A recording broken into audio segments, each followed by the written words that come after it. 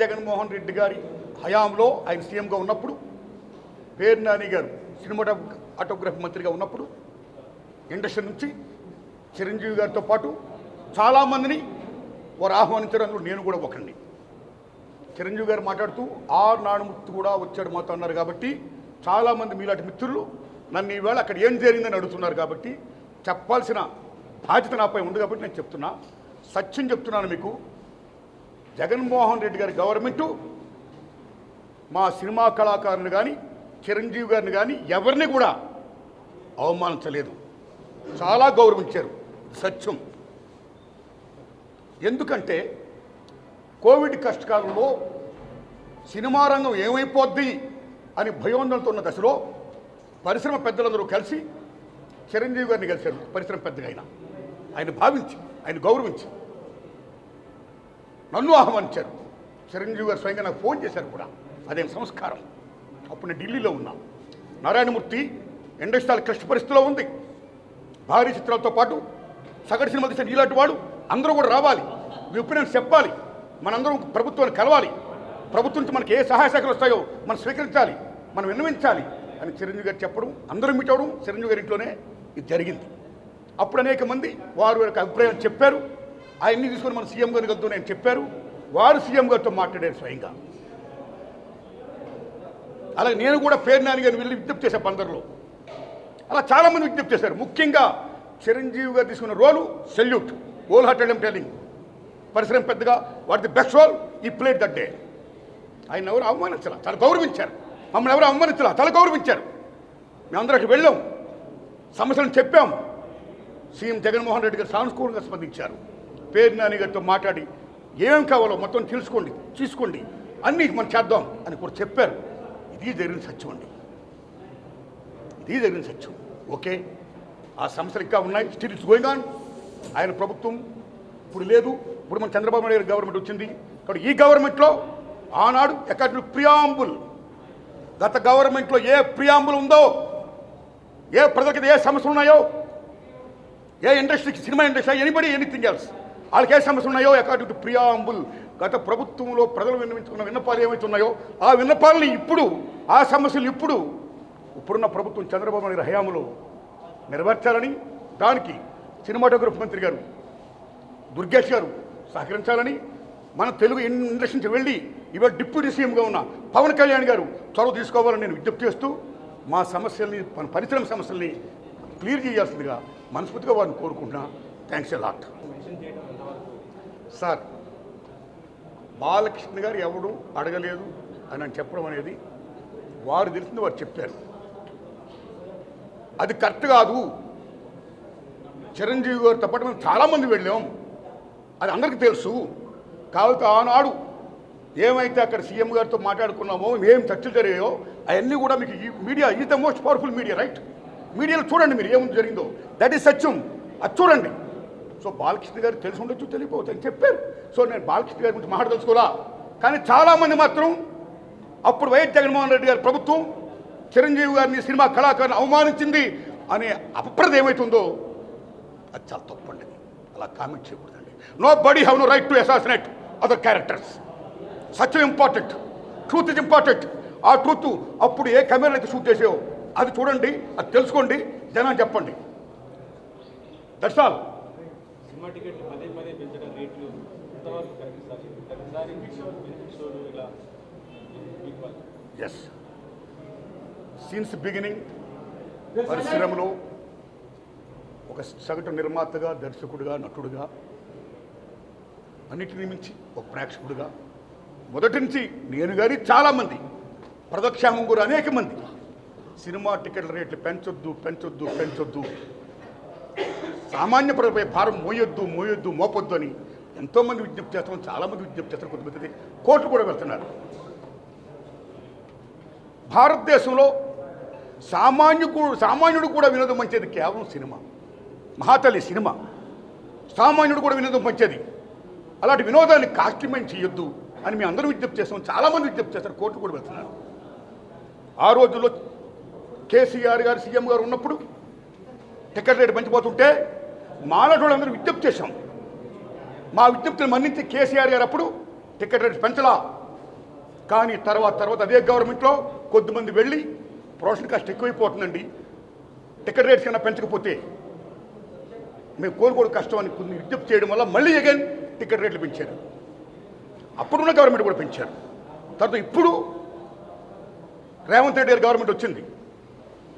రేవంత్ రెడ్డి గారి గవర్నమెంట్ వచ్చిన తర్వాత అగైన్ ఈ టికెట్ రేట్ పెంచడం అనేది స్టిల్ గోయింగ్ ఆన్. ఇది కరెక్ట్ కాదు. ఎందుకంటే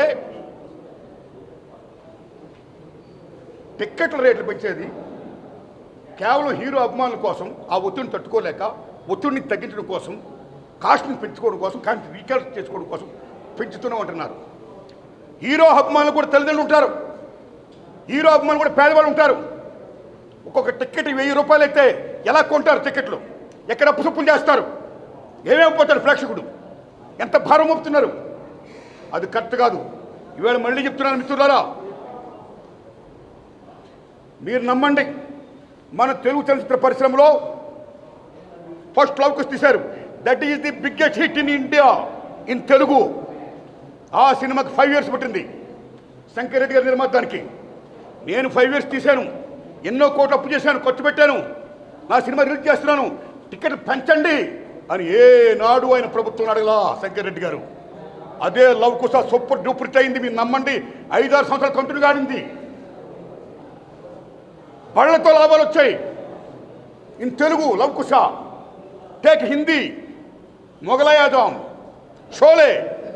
మొగలాయ్ ఆజం ఆసిఫ్ గారు తీశారు, 9 ఏళ్ళు పట్టింది. బోలెని కోట్లు ఖర్చు పెట్టాడు ఆయన. నాకు 9 ఏళ్ళు పట్టింది, చాలా కోట్లు ఖర్చు పెట్టాను, నా సినిమా రిలీజ్ చేస్తున్నాను, నాకు టికెట్లను పెంచండి అని ఆసిఫ్ గారు ఏనాడు కూడా ప్రభుత్వం అడగలా. ఆ సినిమా సూపర్ డూపర్ హిట్ అయింది. ట్రక్కులో లాభాలు వచ్చాయి in Hindi. Take Sholay, GP SIP గారి సినిమా ది గ్రేటెస్ట్ హిట్. ఇన్ని కోట్లు పెట్టాం, టికెట్ పెంచండి అని జీపీ సిప్ గారు అడగలా. ట్రక్కులో లాభాలు వచ్చాయి, సినిమా బ్రహ్మాండం డబ్బులు వస్తాయి. That's all. You come to English, there is Ben Hur, there is 10 commandments.